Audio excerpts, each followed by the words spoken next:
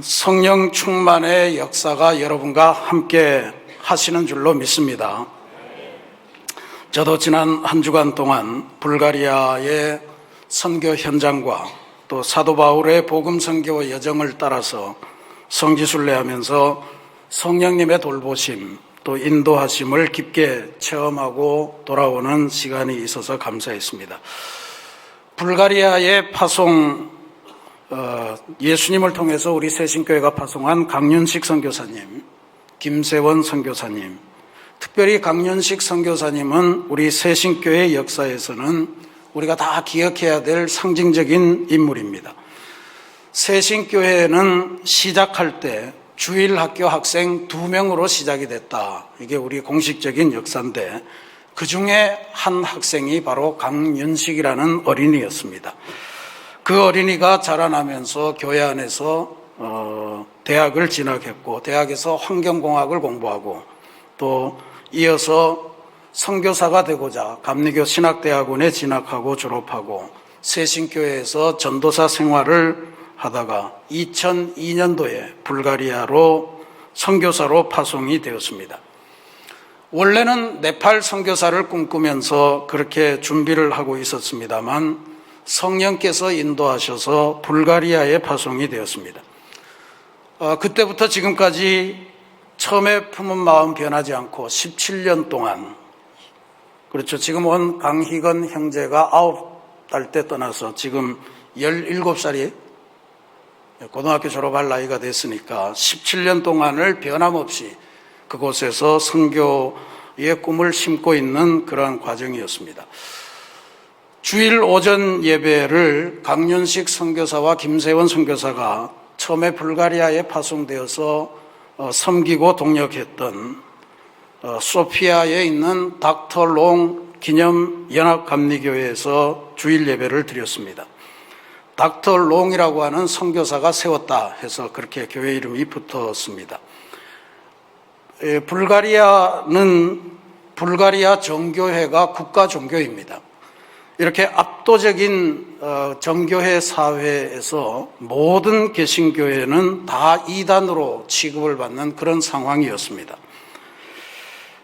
그런데도 그 핍박 속에서도 50여 분의 분들이 제가 드려본 감리교회 예배 중에서는 가장 감리교회적으로 아주 풍성한 찬양과 또 성도들의 참여가 이루어지는 그러한 감리적인 예배를 드리면서 신앙생활을 하고 있었습니다. 저는 그곳에서 설교할 기회를 얻어서 설교하면서 하나님께서 베푸시는 선교를 통해서 임재하시는 성령의 역사, 성령의 은총을 설교했고 불가리아 소피아 감리교회가 힘들지만 하나님의 선교를 감당할 때 주님께서 힘을 주시고 주님께서 열매를 거두게 하실 것임을 믿고 선교에 함께 참여하자고 당부했습니다. 그곳의 담임 목사님이신 미하일 목사님은 지금 현재 있는 교회의 건물을 이용해서 불가리아에 지금 가정폭력이 굉장히 심각하게 늘어나고 있다고 그럽니다. 가정폭력으로 피해를 당하고 있는 여성들을 일시에 피신도 시키고 또 안정된 생활 기반을 마련할 수 있도록 준비하는 그러한 여성 선교센터를 만들었으면 좋겠다 하는 기도를 드리고 있었습니다. 마음속에 우리 새신교회가 그 일을 함께 감당하면 좋겠다. 특별히 우리 여선교회가 그러한 사역에 함께 마음을 모으면 좋겠다 하는 생각을 가졌습니다. 강윤식 선교사, 김세원 선교사는 불가리아에 처음 파송될 때부터 한 가지 꿈을 가지고 있었는데 그것은 바로 불가리아의 청년 대학생으로 구성되는 예배 공동체를 만들고 주님의 제자를 양성해내는 것이었습니다. 저희들이 방문해 보니 하나님께서 이 기도를 한참 들어주시고 계시는 그러한 과정에 있었다 하는 것을 느끼게 되었습니다. 2015년부터 불가리아 감리교회로부터 독립해서 젊은이 교회를 개척하는 기도를 구체적으로 시작했는데 2016년 6월 달에 미시아 아가페 교회라고 하는 이름으로 이 교회는 번역하면 선교와 사랑의 교회입니다. 이 교회 이름으로 첫 모임을 시작하고 그 해 10월에 그러니까 2016년 10월에 첫 번째 공식 예배를 드리게 되었습니다. 미시아 아가페 교회가 자리 잡은 지역이 대단히 중요한 지역으로 보입니다. 불가리아 인구가 700만인데 그중에 7만 명의 대학생이 거주하고 있는 또 공부하고 있는 그러한 곳이었습니다. 해마다 5천 명의 신입생이 새로 유입되고 물론 졸업생이 빠져나가겠죠. 그래서 인구의 1%, 그것도 젊은이들로만 구성되어 있는 아주 젊은 도시였습니다. 그러한 도시 속에 하나님의 교회를 세우고 진행하고 있는 것 대단히 뜻깊습니다. 이번에 우리는 불가리아에 3일을 머물렀는데 이 미시아 아가페 교회의 젊은이들과 함께 이틀을 보냈습니다. 우리 여기에 앉아있는 강희건 군도 우리와 함께 시간을 보냈습니다. 토요일에는 강윤식 선교사님이 이들 젊은이들을 위해서 1일 선교 프로그램을 마련했는데 그것은 바로 소피아에서 200km 정도 떨어져 있는 깊은 산속에 위치한 릴라 수도원을 함께 방문하는 행사였습니다. 릴라 수도원은 릴라라고 하는 산속에 있는 수도원이라 해서 릴라 수도원인데 9세기경에 정확하게 말해서 890 몇 년경에 릴스키라고 하는 수도사가 그곳에서 수도 생활을 시작하면서 시작된 수도원입니다. 근데 이 수도원이 불가리아 역사에서 대단히 소중합니다. 왜냐하면 이 릴라 수도원, 릴스키 수도사로부터 시작해서 불가리아가 다른 종교를 다 걷어내고 정교회 국가로 만들어지는 첫 발걸음이 되었기 때문에 그렇습니다. 아마 강윤식 선교사님이 그 꿈을 꾸었을지 모르겠어요. 지금 우리와 함께하는 20여 명의 작은 무리들이 이곳을 방문하지만 이것을 통해서 불가리아의 복음의 역사가 바뀔 것입니다 라고 하는 기대를 가지고 그 모임을 조직했으리라 믿습니다. 미시아 아가페 교회는 교회 특성상 주일 오후 6시에 주일 예배를 드립니다. 그래서 저희들이 닥터로운 교회에서 아침 예배를 마치고 오후 6시에 미시아 아가페 젊은이들과 함께 예배를 드렸습니다. 지난 5월 달부터 두 분 선교사님께서 새롭게 임대한 아주 자그마한 예배당이었습니다. 젊은이들이 한 20명 참여했고 우리 일행이 7명이 가서 27명 내지 30명 정도가 모였는데 너무 빽빽해서 에어컨이 작동해도 덥고 할 정도로 아주 복잡이는 그러한 공간이었습니다만 굉장히 열심히 찬양하고 열심히 말씀 듣고 또 예배가 끝나니까 설교 말씀을 듣고 그걸 가지고 다시 토론을 하는 그러한 시간도 가졌습니다. 이렇게 전체 예배가 한 2시간 되고 예배가 끝나고 나서는 다시 근처의 식당으로 자리를 옮겨서 함께 공동 식사를 나누면서 계속해서 친교를 나누었습니다. 다양한 전공을 가진 학생들이 모여들어 있었고 또 올해만 벌써 3명의 청년들이 대학생들이 세례를 받고 세례교인이 되었습니다. 이분들은 세례를 그냥 교회 안에서 우리처럼 행하지 않고 바울이 처음으로 유럽에 복음을 전파했던 빌립보 교회, 지금은 루디아 기념교회라고 하는 그곳에 가서 바울이 루디아를 만났던 그 강가, 그 강물에서 세례를 행하고 있었습니다. 3명이 벌써 세례를 받았고 앞으로도 계속해서 세례받을 청년들이 대기하고 있다 이렇게 알려주었습니다. 내년 여름에는 그 미시아 아가페의 젊은이들 중에 일부가 한국을 방문하고 한국의 기독교 청년들과 함께 교류할 계획도 가지고 있었습니다. 정말로 큰 기도가 필요하다 이렇게 보였습니다. 저는 이번에 미시아 아가페 교회 불가리아 선교 현지를 보고 나서 바울의 선교 여행 일정을 쭉 성지순례하면서 정말로 강윤식 선교사, 김세원 선교사가 지금 품고 있는 기도 제목, 지금 행하고 있는 이 작은 미시아 아가페 교회가 불가리아의 역사를 복음의 역사로 변화시키는 정말로 중요한 역사의 시작이다라고 하는 것을 다시금 확신하게 되었습니다. 바울이 맨 처음에 빌립보에 도착했을 때 그것이 유럽의 역사가 기독교 역사로 바뀌는 그 출발점이라는 걸 누가 상상을 했겠습니까? 하나님이 하시면 다 하는 겁니다. 바라건대 이렇게 새신교회가 키워내고 새신교회가 파송하고 새신교회와 함께 협력 선교를 하고 있는 강윤식 김세원 선교사를 외롭게 하지 마시고 서로 열심히 기도하고 열심히 방문하고 유럽 여행 가실 때는 다 한 번씩 들러보시길 바랍니다.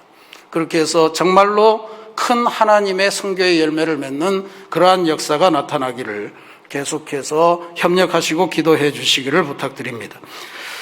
오늘 우리가 봉독하면서 묵상하는 성령의 권능, 이 세 번째 시간은 누가가 발견한 예수님에게 나타난 성령의 권능에 대한 이야기입니다. 마침 지난 주간 저는 사도 바울이 성령의 인도하심으로 아시아에서 선교를 하려고 하는 바울의 마음을 꺾으시고 유럽 땅으로 건너가라 라고 하는 환상을 주시면서 시작해 하신 바울의 유럽 선교 초창기 여정을 함께 볼 수 있었습니다. 처음 도착했던 항구인 네아폴리, 그리고 최초로 복음을 전했고 최초로 교회가 세워졌던 또 옥감 장수를 하던 루디아라고 하는 여성이 처음으로 세례를 받았던 그곳, 바울과 실라가 감옥에 갇혔다가 기도하는 중에 옥문이 열리고 해서 그 광경을 본 간수가 회개하고 복음을 믿고 온 가족이 예수를 믿었던 바로 그곳 빌립보 교회, 오늘날에는 루디아 기념교회라고 부르고 있었습니다. 그리고 계속해서 복음을 전하면서 쫓겨다녔던 데살로니가, 베레아, 고린도, 아테네, 이러한 곳의 바울의 선교 현적들을 깊게 들여다보는 시간이었습니다. 사도행전 16장 이후에 나오는 모든 여정이 여기에 다 포함이 되어 있습니다. 그런데 이 사도행전, 바울의 이 역사를 기록한 사람이 누구냐 하면 바로 바울과 동행하고 사도행전 전체를 기록했던 누가라고 하는 사람이었습니다. 바울의 선교 여정에 함께 동행하면서 또 그가 체험한 예수님에 대한 복음서를 기록하면서 누가는 신약 성경의 절반에 해당되는 분량을 기록한 성경 기자로 그렇게 우리에게 기록되고 있습니다. 특별히 그의 직업은 의사였기 때문에 기적의 현장에서도 아주 예수님의 기적이 구체적으로 나타나는 장면을 세밀하게 묘사한 것으로 유명합니다. 탁월한 문장가였기 때문에 앞뒤의 구성을 잘 맞춘 그러한 것으로도 유명한 그러한 분이에요. 그가 쓴 성경은 대단히 정교한 짜임새와 아주 분명한 목적의식을 우리들에게 보여줍니다. 오늘 저는 여러분과 더불어서 누가가 발견한 예수님에게 나타난 성령의 권능, 그것을 함께 묵상하면서 은혜를 나누도록 하겠습니다. 성경학자들은 누가가 누가복음 따로 사도행전 따로 기록했다고 그렇게 믿지 않습니다. 대부분은 누가는 처음부터 이 두 성경을 시리즈로 염두에 두고 그렇게 썼노라 그렇게 추정합니다. 왜냐하면 누가복음의 서원과 그리고 사도행전의 서문을 읽어보면 그 사실을 알 수 있습니다. 누가는 데오빌로, 하나님의 사랑하는 사람이라고 하는 익명의 사람을 염두에 두고 이 복음을 쓰노라 그렇게 기록을 해요. 누가복음 1장 3절에서 4절 말씀에 이렇게 되어 있습니다. 그 모든 일, 이것은 예수님에 관해서 나타난 모든 일을 말합니다. 그 모든 일을 근원부터 자세히 미루어 살핀 나도 데오빌로 각하에게 차례대로 써보내는 것이 좋은 줄 알았나니 이는 각하가 알고 있는 바를 더 확실하게 하려 함이로다. 여기서 차례대로 써보내는 것, 이런 표현을 썼습니다. 그러니까 예수님에 대해서 일어난 일을 차례대로 써보내고 그 다음에 예수님이 승천하시고 난 다음에 나타난 제자들에게 나타난 이야기들을 차례대로 써보내겠다, 사도행전을 쓰겠다라고 하는 그런 표현입니다. 그 다음에 사도행전 1장 1절부터 2절에서는 뭐라고 했냐면 데오빌로여, 내가 먼저 쓴 글에는, 이 먼저 쓴 글이 바로 누가복음을 말합니다. 내가 먼저 쓴 글에는 무릇 예수께서 행하시며 가르치시기를 시작하심부터 그가 택하신 사도들에게 성령으로 명하시고 승천하신 날까지의 일을 기록하였노라. 그리고 앞으로 내가 이런 것을 이제 기록해서 너에게 보내노라 하는 것을 쓰고 있습니다. 사도행전은 사실 성령의 행전이라 이렇게 불러야 된다, 이렇게 많은 학자들이 주장합니다. 왜냐하면 사도행전이라고 해서 12사도의 일을 기록한 게 아니에요. 바울과 베드로의 이야기만 나타납니다. 그런데 누가가 주목하는 것은 바울과 베드로의 전기를 기록하는 것이 아니라 도대체 어떤 힘이 바울과 베드로를 순교의 지경까지 내몰면서 그렇게 복음 사역의 일을 전파할 수 있었겠는가, 어떻게 아주 작은 마을에서 시작했던 이 복음의 역사가 전 유럽까지 이르게 되었던가? 성령은 어떤 모습으로 임했는가? 어떤 능력을 나타내었는가? 어떻게 땅끝까지 이르러 복음의 증인들이 끊임없이 생산되어 나오는 이런 역사를 이루을 수 있었던가 하는 것에 초점을 맞추면서, 성령에 초점을 맞추면서 기술을 하고 있기 때문에 성령 행전이라 부르는 것이 타당하다, 이렇게 이야기합니다. 그런데 누가복음, 사도행전을 다 집필했다라고 하는 것을 기억하면 누가가 말하고자 하는 바는 분명합니다. 위대한 역사를 만들었던 성령의 역사, 이것은 성령 강림절에만 일어난 것이 아니고 이미 예수님의 삶에서부터 나타난 일이었다, 그것을 주장하는 것이 바로 누가복음의 이야기입니다. 누가가 예수님에게서 발견한 위대한 성령의 권능, 그것은 바로 예수님의 기도였습니다. 누가의 특징을 살펴보면요, 누가는 우리가 지난 몇 주간의 설교를 통해서 마태를 보셨죠. 마태는 철저하게 유대인들에게 예수님을 소개하기 위해서 마태복음을 저술을 했습니다. 그래서 모세 오경보다 더 위대한 새로운 말씀이 나타났으니 그것이 바로 예수님의 가르침이라, 예수님의 법이라, 그리고 그 말씀을 가르치는 분이 예수님이다 하는 것을 소개해 줍니다. 그런데 누가는 이것에 비해서 유대인의 문제가 아니고 예수님은 원래부터 모든 인류의 사람들, 이방인까지도 포함하는 구원의 역사가 예수님에게서 시작되었다, 이렇게 선언하고 있습니다. 오늘 우리 할렐루야 찬양대가 찬송해 주신 것처럼 오직 성령이 너희에게 임하시면 너희가 권능을 받고 예루살렘과 유대와 사마리아와 땅끝까지 이르러 내 증인이 될 것이다 라고 하는 이 말씀을 주셨는데, 마태복음은 예루살렘과 유대와 사마리아까지만, 혹은 사마리아도 빼고 예루살렘과 유대까지만 예수님에게 소개한다는 반면에 누가는 땅끝까지 이르러 구원의 역사를 이루는 예수님의 모습을 기리고 있습니다. 이 대표적인 것이 누가복음과 마태복음에 나타나는 족보의 차이입니다. 마태복음 1장에 예수님의 족보가 나타나는데 그 족보가 어디서부터 시작이 되냐 하면 바로 아브라함에서부터 시작이 됩니다. 그러니까 마태복음은 철두철미하게 아브라함의 자손들에게 이제는 유대교가 아니고 예수님이다 라고 하는 것을 가르치는 것을 목표를 하고 있습니다. 그런데 누가복음 3장에 예수님의 족보가 있는데 좀 달라요.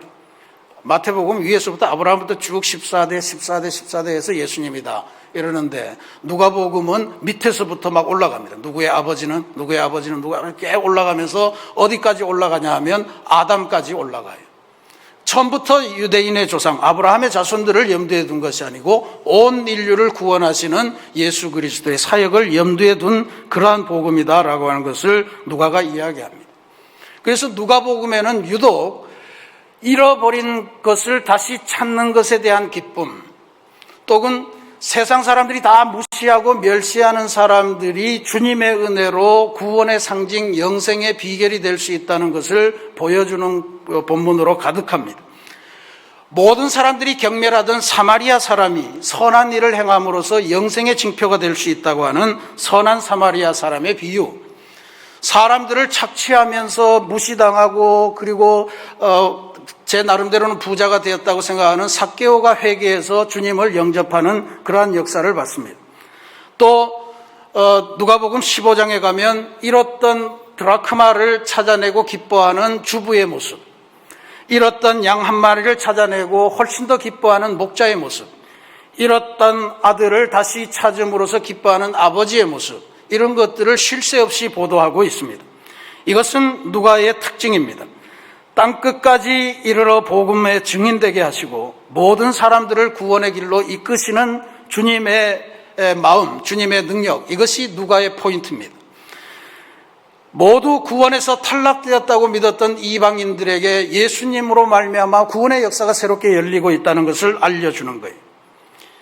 그런데 누가는 이 모든 것들이, 이 모든 예수님의 마음들이 다 어디에서 비롯됐다고 보느냐 하면 예수님께서 하나님에게 드리는 기도, 예수님이 기도하는 사람이었기에 이러한 것들이 가능했다, 이렇게 보았습니다. 오늘 우리가 봉독한 말씀은 누가복음의 마지막 부분이고 누가가 기억하는 예수님의 마지막 모습입니다. 그 모습이 뭐냐 하면 50절 말씀에 나옵니다. 예수께서 그들을 데리고 베다니 앞까지 나가사 손을 들어 그들에게 축복하시더니 축복하실 때에 그들을 떠나 하늘로 올라가시고 그들이 그에게 경배하고 큰 기쁨으로 예루살렘으로 돌아가 늘 성전에서 하나님을 찬송하니라. 축도하시는 예수님의 모습, 이게 누가가 기억하고 누가의 머릿속에 깊이 잠재되어 있는 그러한 예수님의 기억이었습니다. 축도를 하는데 어디서 하냐 하면 베다니까지 나아가서 축도했다. 베다니가 어떤 곳입니까? 예수님의 친구, 사랑하는 친구 나사로가 죽었다가 다시 무덤에서 살아난 곳이에요. 그 나사로의 누이들 마르다와 마리아가 틈만 나면 예수님의 말씀을 듣고 예수님을 접대하던 예수님의 사랑하는 벗들이 있던 그러한 곳입니다. 성전을 떠나서 베다니 앞까지 나아가서 축도를 하시는 이 모습, 이게 누가가 기억하고 있는 예수님의 마지막 모습이에요. 근데 이게 정말 중요합니다. 왜냐하면 누가는 누가복음 1장에서 아주 드물게 마태와 마가는 전혀 생각하지 않는 세례 요한이 어떻게 태어났는가 하는 과정을 기술하고 있어요. 그 세례 요한을 기술하는 모습을 보면 세례 요한의 아버지는 사가랴라고 하는 사람인데 유대교의 제사장이었습니다. 그 제사장으로서 성전에 들어가서 제사를 집례하고 이제 마지막으로 유대교 제사의 순서도 축도를 하는 것인데, 축도를 하기 직전에 천사가 사가랴에게 와서 네가 이제 네 아내 엘리자벳을 통해서 아들을 낳을 것인데 이름을 요한이라고 해라 하는 말씀을 들려줘요. 그러니까 사가랴가 그 즉석에서 아니 나도 이렇게 늙었고 우리 마누라 엘리자벳도 이렇게 늙었는데 도대체 무슨 말씀이십니까? 하면서 의심하고 부정했습니다. 그랬더니 천사가 그 즉석에서 사가랴의 입을 봉해버렸어요. 말을 못하는 신사가 됩니다. 유대교의 제사장으로서 유대교의 제사를 집례하며 마지막에 축도를 선포해야 되는데 축도를 할 수 없는 신세가 된 거예요. 이게 누가가 기록하고 있는 누가복음 1장의 유대교의 현실입니다. 성전도 서 있고 예배도 행해지지만 하나님을 향한 축도가 이루어질 수 없는 성전이라는 이야기, 생명이 끝난 성전이라는 이야기, 제사장이 있어도 말을 못하는, 진리를 선포하지 못하는 그러한 곳이 되었다는 거예요. 그런데 예수님께서 사역하시고 십자가에 달리시고 부활하시고 이제 베다니 앞까지 나아가서 축도하시는 모습을 나타내는 거예요. 예루살렘 성전에서는 이미 끝나버린 그 축도가 예수님으로 말미암아 주님을 따르는 모든 사람들에게 하나님의 복을 선포하는 위대한 역사, 이게 누가가 가지고 있는 예수님에 대한 마지막 기억이라는 거예요. 성전의 역사가 끝나고 교회의 역사가 시작이 되었고 예루살렘 성전은 생명이 다했고 이제 주님과 더불어 시작되는 교회의 역사가 승리하고 있다는 것을 보여주는 위대한 누가의 기록입니다. 실제로 누가는 마지막 모습만이 아니고 예수님의 일생 자체가 다 기도로 구성이 되어 있다라고 하는 것에 주목하면서 그의 복음서를 기록했습니다. 제가 조사를 해봤습니다. 요즘은 앱이 좋아서 이런 거 조사하기가 좋아요. 복음서에서 기도라고 하는 단어가 몇 번이 나오는가 복음서마다 조사해봤습니다. 복음서에 기도 딱 치면 몇 회 나오잖아요. 그러니까 기도 치면 이상한 것도 나와요. 예수님께서 묻기도 하시고 대답하기도 하시고 이것도 다 기도로 돼요. 이런 걸 다 빼고 예수님께서 기도를 언급하시는 것 혹은 예수님에 대해서 기도가 언급되는 것을 보았더니 마태복음은 16번, 마가는 14번, 비해서 누가는 30번이나 기도라고 하는 단어가 등장해요. 그런데 그 중에서 다른 기도는 다 예수님이 이렇게 기도해라, 너희가 기도할 때 너희 누구를 위해서 기도해, 이런 거 말고 예수님이 직접 기도하시는 그 기록을 조사해 봤더니 마태는 4번, 마가도 4번, 근데 누가는 그것의 배가 넘는 8번이나 기록되고 있습니다. 그러니까 이런 구절들을 여러분들이 많이 들으셨을 거예요. 근데 이 유심히 보셔야 됩니다. 예수도 세례를 받으시고 기도하실 때 하늘문이 열리고 그랬고요. 예수는 물러가서 한적한 곳에서 기도하시니라. 이때 예수께서 기도하시러 산에 가사 밤이 새도록 하나님께 기도하시고 예수께서 따로 기도하실 때에 예수께서 베드로와 요한과 야고보를 데리고 기도하시러 산에 올라가사 기도하실 때 용모가 변화되고 예수께서 한 곳에서 기도하시고 마치심에 수시로 누가는 예수님이 모든 사역의 현장 틈틈이 기도하신 모습을 보여주는 거예요. 누가가 왜 이런 기도하는 모습에 유독 열심히 예수님을 기도하는 존재로 이렇게 기억하고 있을까? 그것은 누가가 기도에 대한 특별한 이해를 갖고 있었기 때문입니다. 우리가 오늘날 알다시피 기도라고 하는 것은 단순히 내 요구를 하나님에게 아랜다 이런 차원이 아니에요. 하늘과 하늘의 창조주와 피조물인 우리가 연결되는 것, 그 통로가 바로 기도입니다. 하나님이 우리에게 말씀하시는 그 과정이 바로 기도예요. 우리의 소원이 하나님께로 올라가는 것이 바로 기도예요. 하나님의 능력이, 하늘의 능력이 나에게 임해서 우리가 평상시에는 도저히 알 수 없지만 병이 낫고 가난한 사람이 부자가 되고 그리고 죄악이 벗어지고 이런 모든 것들이 나타나는 특별한 역사는 기도를 통해서만 나타날 수 있기 때문에 예수님이 벌이신 모든 기적, 예수님의 사랑, 이 모든 것을 누가는 예수님이 하나님께 기도했기 때문에 일어난 그러한 현상이다. 성령의 능력이 기도로 나타났다. 이렇게 보기 때문에 예수께서 기도하시고 따로 가서 기도하시고 또 기도하시고 이렇게 나오는 거예요. 이 기도하시는 예수님에 대해서 누가에게서 우리는 4가지 중요한 점을 볼 수가 있습니다. 첫 번째는 예수님이 세례 받으실 때예요. 세례 받는 장면은 내복음서에 다 기록이 되어 있습니다만 예수님의 기도를 세례를 베푸는 이 장면에 마태와 마가가 똑같은 구절로 표현을 합니다. 어떻게 표현하냐면 예수께서 세례를 받으시고 물에서 나오실 때, 침례잖아요. 예수님께서 물에 들어가셨다가 나오시면서 세례를 받는 과정, 물에 어떻게 됩니까? 세례를 받으시고 물에서 나오실 때, 이렇게 기록하는 데 비해서 누가는 독특한 표현입니다. 예수도 세례를 받으시고, 그러니까 다른 사람들처럼 세례를 받으시고 그 다음에 표현이 중요해요. 기도하실 때에 하늘이 열리며 성령이 비둘기 같은 형체로 그의 위에 강림하시더니, 세례 받으실 때도 그냥 세례 받았기 때문에 성령이 오신 것이 아니고 예수님이 기도하시니까 성령이 임하셨다, 이렇게 기록하고 있는 것입니다. 두 번째로 주목할 것은 변화산에서 나타난 이야기예요. 변화산 아시죠?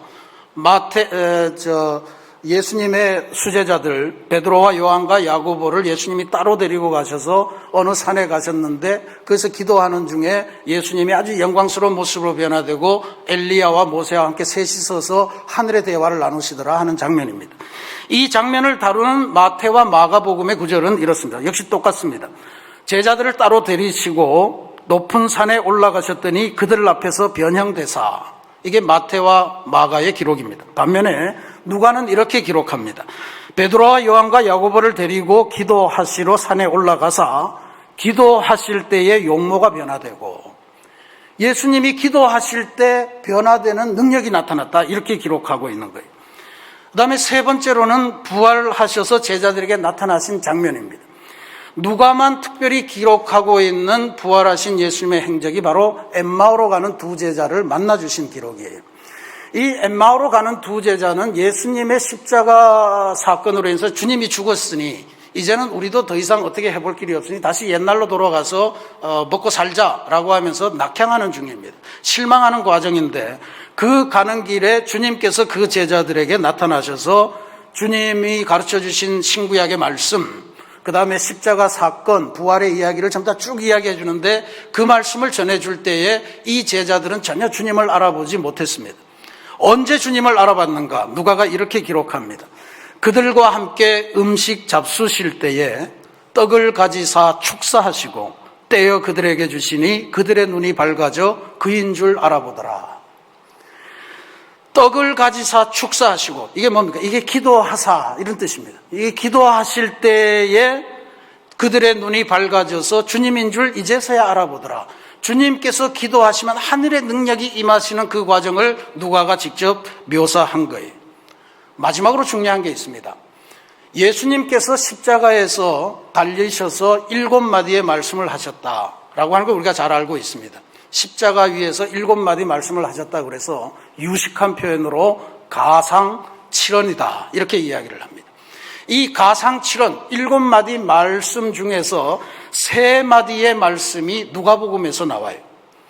그런데 이 3마디 말씀 외에 예수님이 어떤 말씀 하시냐면, 내가 목마르다, 다 이루었다, 그 다음에 이 사람이 바로 내 어머니시다. 뭐 이런 인간적인 말씀으로 가득 차 있습니다. 근데 누가가 기록하고 기억하고 있는 예수님이 십자가에 달려서서 하시는 말씀, 그건 이런 말씀입니다.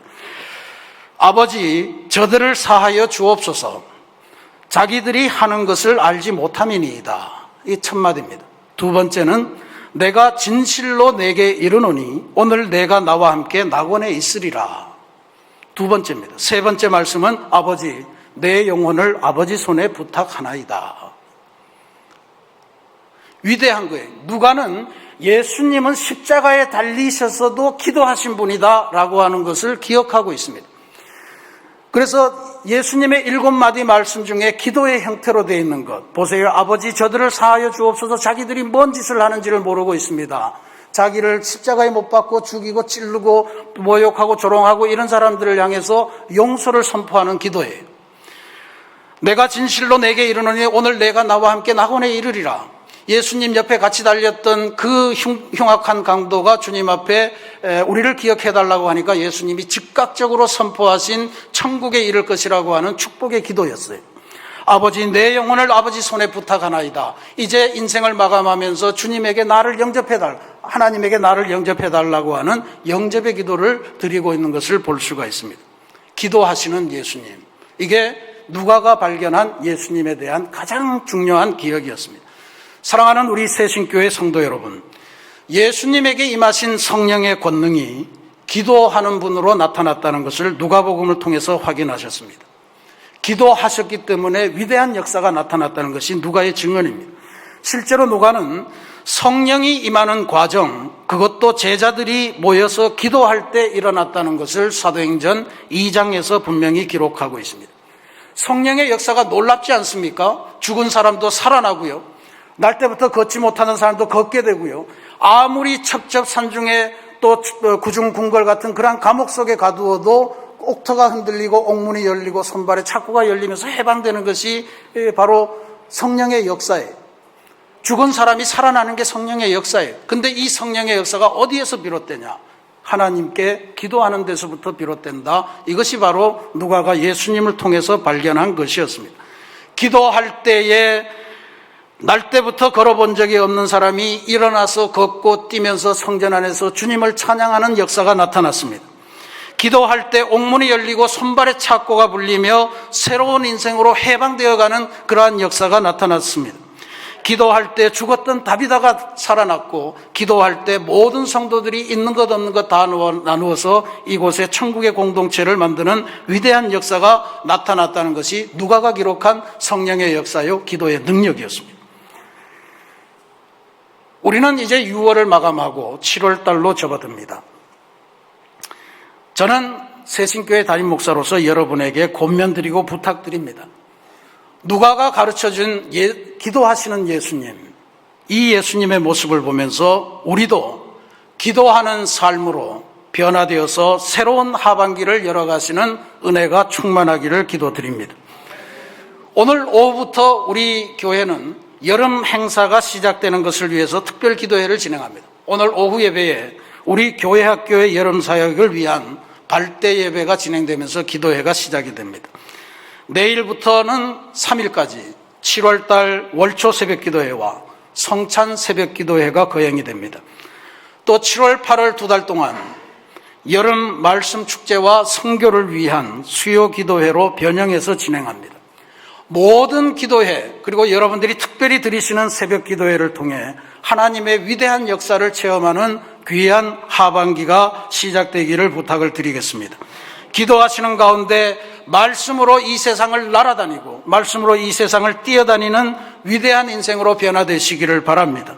기도하는 가운데 여러분의 묶인 손발들, 여러분의 마음과 인생을 가두고 있는 옥문들이 열리게 되어서 해방하는 인생으로 거듭나시는 역사를 누리시기를 바랍니다.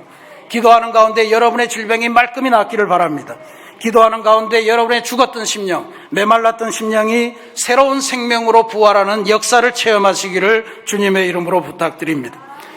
기도해서, 기도의 사람이 되어서 새로운 인생, 성령 충만한 인생으로 변하는 위대한 성령 강림절기, 위대한 2019년 하반기를 열어가시기를 주님의 이름으로 축원합니다.